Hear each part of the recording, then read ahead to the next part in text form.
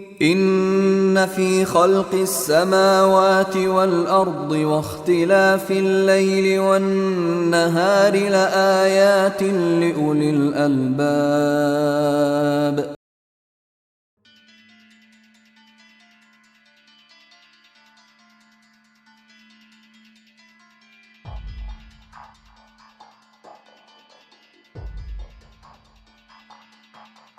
Les indices de la Terre plate, partie 1, le cinéma vide. C'est la première partie d'une série qui peut vous aider à appréhender le concept de la Terre plate sur laquelle nous vivons et qui est impliqué dans le fait de nous l'avoir caché. Le premier indice se niche dans une autre conspiration existante depuis des décennies et qui s'appelle le programme spatial. Beaucoup d'entre vous sont au courant des différentes théories circulant à propos de la NASA, le programme Apollo, la navette spatiale, la Station spatiale internationale, etc. L'indice lui-même n'a rien à voir avec cet astre à discuter, mais plutôt avec l'absence de celle-ci. Plus spécifiquement, le non-débat sur les films basés sur la réalité. Ceci, comme tout le reste dans la série, peut facilement se vérifier, toutes les références étant en ligne. Pour commencer, pensez à tous les films sur l'espace que vous avez vus dans votre vie. Les plus évidents sont Star Wars, Star Trek, Alien, pour n'en nommer que quelques-uns. En fait, si vous faites votre propre liste de films sur l'espace vus dans votre vie, vous arriverez probablement sans trop de difficulté au chiffre de 100. Assez facile. Pour une deuxième liste, rappelez-vous tous les films sur l'espace non fantaisistes. Vous trouverez La Planète Rouge, Gravity, Mission to Mars, 2001, des trucs comme ça. Ces films présentent le thème du futur pas si distant, avec une projection de notre situation, et représentent une liste assez conséquente. Ces deux listes de films ont la faveur des autorités, car elles appuient l'idée du globe par l'hypothèse. L'industrie du divertissement impose le modèle du globe et le concept du système solaire comme étant évident. Par conséquent, la vision actuelle du monde doit aussi être la bonne. En d'autres termes, si vous ne doutez pas en regardant un film comme, disons, Gravity, alors votre subconscient va projeter le film dans la vie réelle. Plus vous regardez et appréciez ce genre de film, plus la frontière devient floue entre ce que vous voulez croire et ce que vous savez. Regardez suffisamment de films sur Mars, et l'annonce par la NASA d'une mission vers Mars vous surprendra moins. C'est identique avec la Lune, avec d'autres systèmes solaires, etc. La sortie du film 2001 l'Odyssée de l'espace en 1968, juste avant l'émission sur la Lune, n'est pas un hasard. Il a fallu 5 ans au plus grand réalisateur de tous les temps pour le faire, et plusieurs personnes ayant vu la projection prétendent avoir vu le nom de plusieurs groupes militaires au générique de remerciements, enlevés par la suite. Ce film 2001 est juste une indication de cet indice. Pour ceux qui souhaitent vraiment creuser le sujet, à savoir la vision cachée de Stanley Kubrick, je recommande vivement le documentaire Room 237. Un lien est disponible sous cette vidéo. Maintenant, vous pouvez identifier les deux groupes de films sur le thème de l'espace, ceux avec des scénarios très fantaisistes et ceux essayant de dépeindre notre futur proche. Ces deux groupes sont faciles à trouver. Trouver le troisième est un défi, mais c'est là que les choses deviennent intéressantes. Les missions sur la Lune se sont terminées en 1972 et malgré que cela soit toujours considéré comme l'une des plus grandes réalisations de l'humanité, aucun film de reconstitution n'a jamais été produit jusqu'à The Right Stuff en 1983. Vous pouvez objecter que ça ne fait que 11 ans et qu'il était peut-être difficile d'obtenir les droits. Mais ça n'est pas ce qui rend ce film digne d'intérêt. Le film était inhabituellement long pour 1983. Il durait 3h12 et nous offrait un regard exhaustif sur le processus de sélection et de compétition des astronautes ainsi que sur leur centre d'entraînement. Mais quand le générique de fin arrive 3 heures après, on se rend compte que chronologiquement, ils n'ont effectué que des missions en orbite basse terrestre. Juste pour rire, cherchez The Right Stuff sur Internet et constatez combien de vaisseaux spatiaux vous obtenez. Ce film a reçu 4 Academy Awards et a très bien marché au box-office. Mais les missions Apollo n'ont jamais été abordées. Et la seule superproduction impliquant le programme lunaire était Apollo 13 en 1995. 12 années après Apollo 13, qui n'a effectué qu'une seule orbite autour de la Lune sans alunissage et aucune référence aux missions précédentes. Et après 1995, plus rien. Hollywood est connu pour ne jamais laisser une source se tarir. Ils font des reboots, des séquelles, d'à peu près tout. Mais là, depuis presque 60 ans, il n'y a jamais eu un seul film de reconstitution sur les missions lunaires. Des centaines de films de science-fiction y font référence, de Superman à Transformers, mais rien sur la surface lunaire, qui a fait l'objet de 6 missions complètes avec des véhicules tout-terrain et même une séquence golf. Et personne n'y touche. Maintenant, pour être honnête, il y avait une mini-série en 1998 couvrant ce sujet, produite par Tom Hanks, suite à son rôle dans Apollo 13. Mais sinon, absolument aucune production professionnelle depuis. Toujours pour rigoler, cherchez la série TV de la Terre à la Lune et constatez les résultats. Le pourquoi est facile, et l'indice est révélé. Si Hollywood fait un film sur un alunissage que l'on ne peut distinguer d'un vrai alunissage, alors comment séparer le vrai du faux? Cela soulève des questions subtiles du genre quelle technique de simulation et depuis combien de temps? Si Hollywood peut le simuler, alors quand ont-ils commencé à le faire? Il y a un autre film qui sort du lot et j'en parle parce que j'ai du mal à croire qu'il ait pu être fait. C'est Capricorn One. Le scénario du film implique la simulation d'une mission sur Mars et comment elle pourrait se faire. En gros, c'est le roadbook de la conspiration mondiale. Je vous le recommande vivement, je mets un lien en bas. Pour résumer, tous les films ayant pour thème l'espace sont encouragés par les autorités, sauf ceux basés sur de vrais témoignages. Ceux-là ne sont pas permis. Le programme lunaire a été enterré par l'industrie du divertissement parce qu'il est impossible d'aller sur la Lune. C'est soit derrière une barrière dans un hangar, soit une image digitale HD, comme celle de n'importe quelle planète d'un jeu vidéo. Le monde est plat. Et c'est juste le premier indice.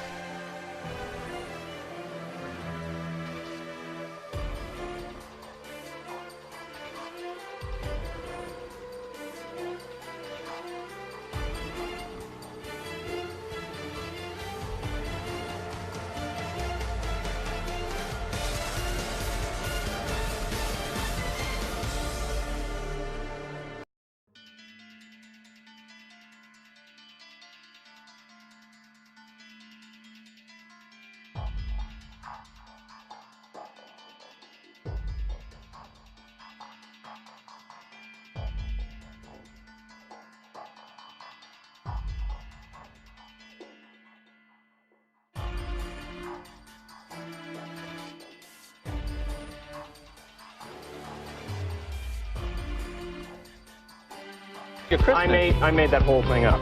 What? I'm sorry. I guess I just wanted to seem interesting. I guess there's a real danger of that on this show. But there's a pressure. Well, yeah, people come out and they run out of anecdotes, you know, and they just start making stuff up. Yeah. Like that Neil Armstrong guy. Have you seen him on the talk shows? Neil Armstrong, you mean the first man to walk on the moon? Talk about a fish story. Yeah. Man, and they're buying it. Oh, yeah.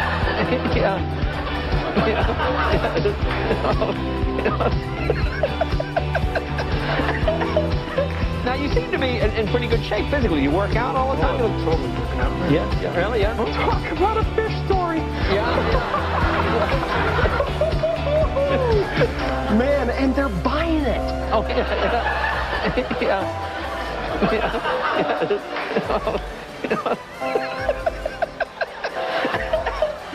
Now you seem to be in pretty good shape physically. You work out all the time. I'm totally working. Tu sais, il y a quelque temps, un vieux camarade d'école et sa femme étaient dans ma région.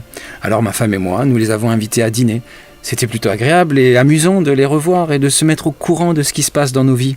Donc nous étions sur le point de dîner et Patrick, mon camarade, a dit quelque chose. Il a posé cette bombe juste là, à l'heure du repas. Tiens-toi bien, il nous a dit qu'il croyait que la Terre est plate. Je te demande pardon, Jean. Oui, c'est bien ce que j'ai dit et j'ai eu la même réaction que toi. Maintenant, la chose que tu dois comprendre à propos de Patrick, c'est qu'il est intelligent. Il est brillant, vraiment, mais il était aussi toujours un peu farceur à l'école. C'était le genre d'élève qui utilisait son intelligence pour faire des blagues et des bêtises. Oui, je vois. J'en connaissais moi-même quelques-uns. Ah bon, tu n'étais pas l'une d'eux par hasard? Eh bien, non. En tout cas, ce serait révélateur. Alors, est-ce qu'il a juste essayé de provoquer une réaction de ta part ou quelque chose d'autre? Eh bien, j'ai d'abord pensé que c'était le cas, mais non, il n'essayait pas de me faire réagir. Il croit sincèrement que la Terre est plate.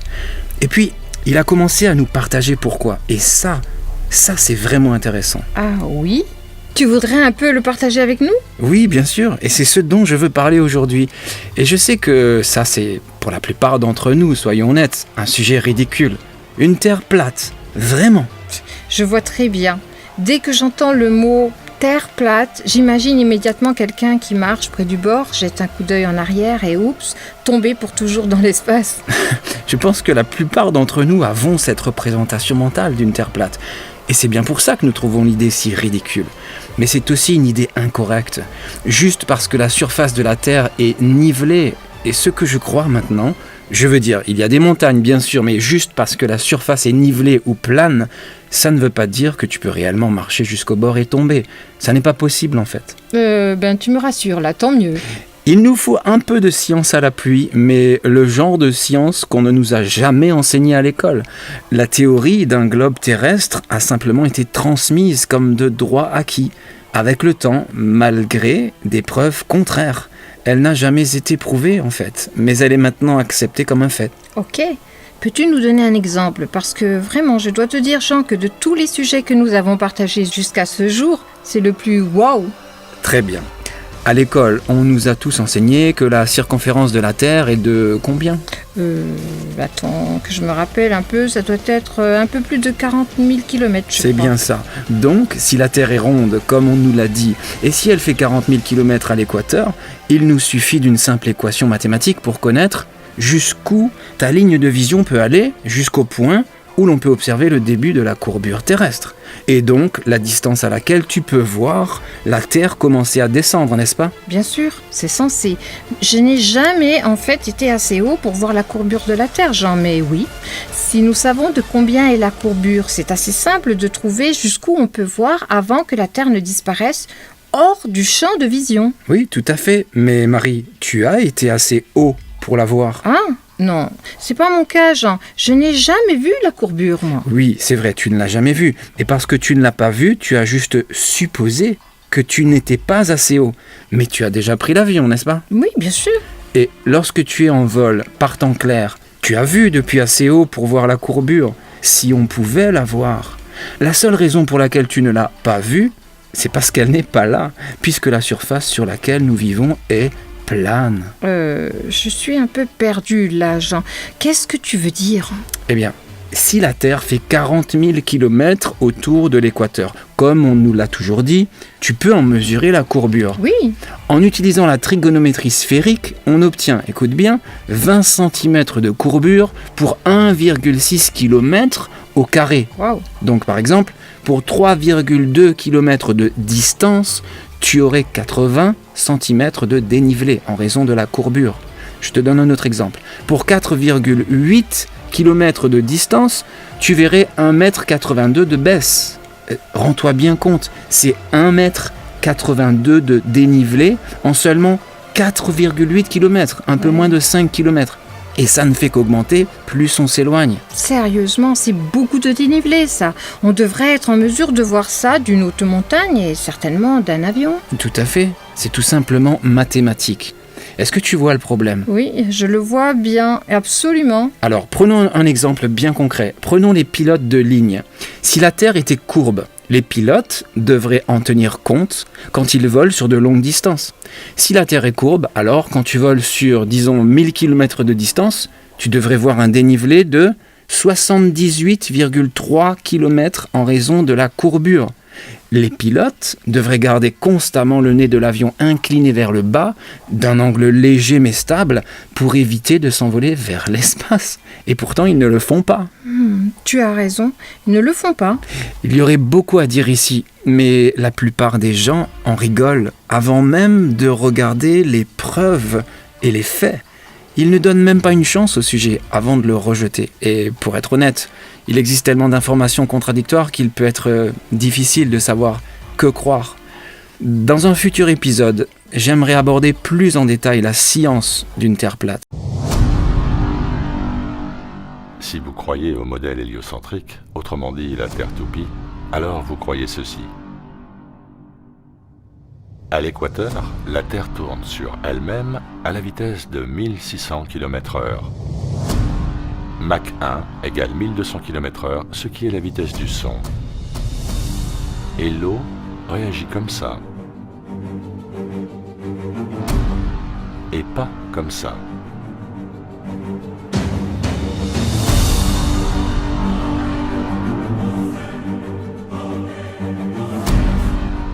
Ce missile Tomahawk n'a pas encore atteint Mach 1.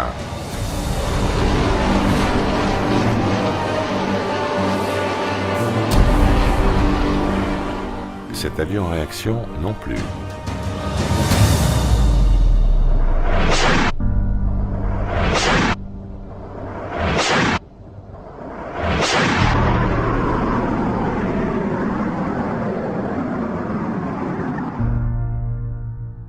Quelque part sur la Terre qui tourne plus vite que la vitesse du son.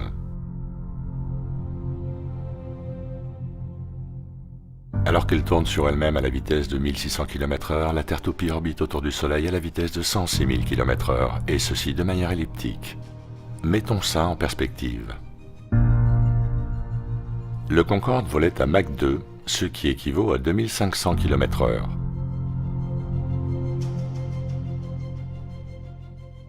Il fallait certaines fois l'arroser pour le refroidir. La Terre vole autour du Soleil à Mach 88, 66 000 km/h, 44 fois plus vite que le Concorde.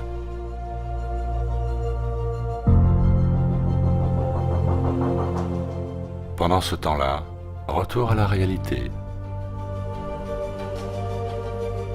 Rappelez-vous l'orbite elliptique de la Terre, qu'il a fait ralentir et accélérer pendant sa course annuelle. Avez-vous entendu parler d'un manège nommé The Waltzer ? Ce sont des paniers tournants sur une plateforme tournante.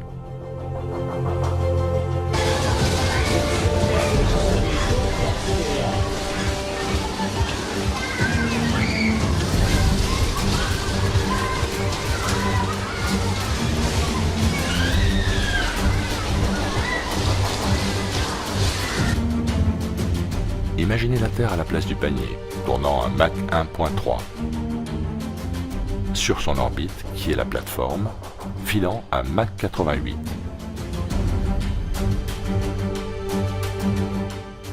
Et nous avons ceci.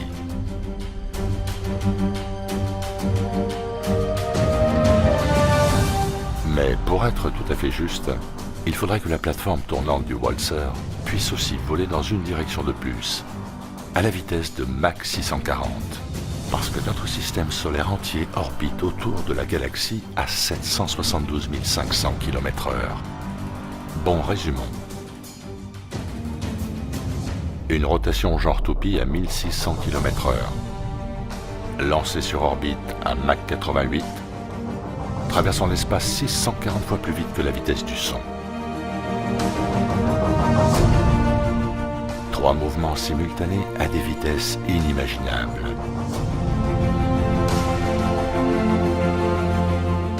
Et voilà le résultat.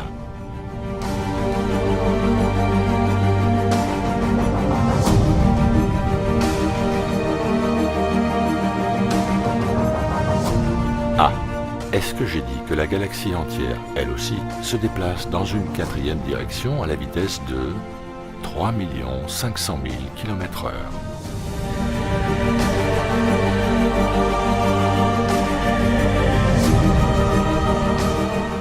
Il est temps de lâcher la balle et de voir ce qui reste sous nos pieds.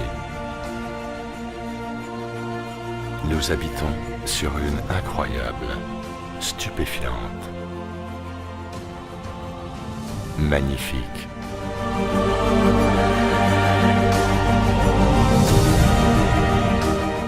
terre plate.